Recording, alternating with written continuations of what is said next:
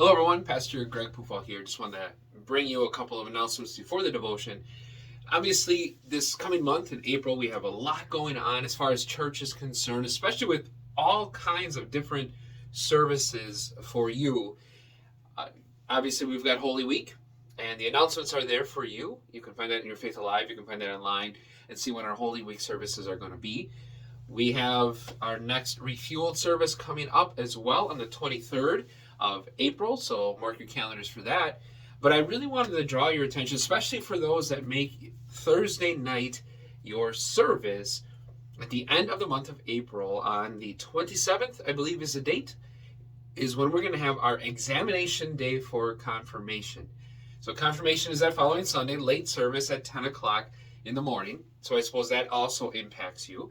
So make your plans accordingly. Do you want to come and witness all of that? Then great. Then come to that on April 27th for examination and April 30th for our confirmation late service. If you would like to go to more of a regular type service, although it's going to be confirmation themed, I would invite you to come to the Saturday night service on that week or the early Sunday morning service for that as well.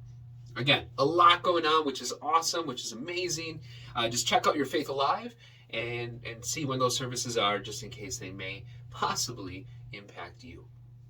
You know, as we are now getting to the end of March, I can feel it in the school.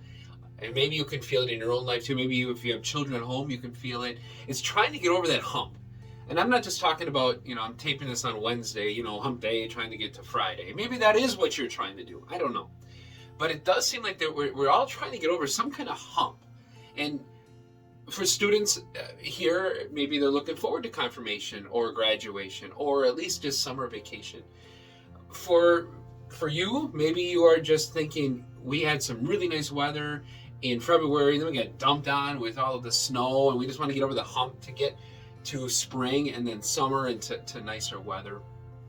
Maybe for you, it's trying to get over that hump of the monotony of work, and you're just planning a trip in the summer and you want to get to that trip too. We all have kind of like a destination to get to and the reason why we want to get from point A to point B. And it made me think about a passage from Hebrews chapter 12 about how maybe we all are trying to get over the hump. When we live in this world, we try to get to the next destination. In fact, sometimes we think of time as something that gets in the way.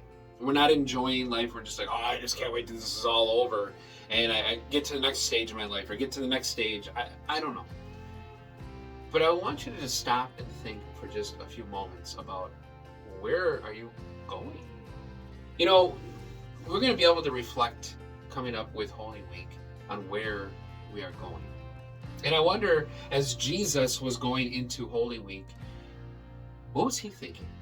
The Bible sometimes leads us into some insights from what he was thinking, but as true man as well, what was he thinking? Was he trying to get over the hump? He knew what was coming. He knew the death. He knew the suffering that he was going to endure. Was he wanting to get over that hump too in order to get to Easter?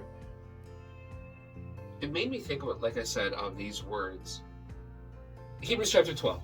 Therefore, since we are surrounded by such a great cloud of witnesses, let us throw off everything that hinders and the sin that so easily entangles. That kind of defines all of us, doesn't it?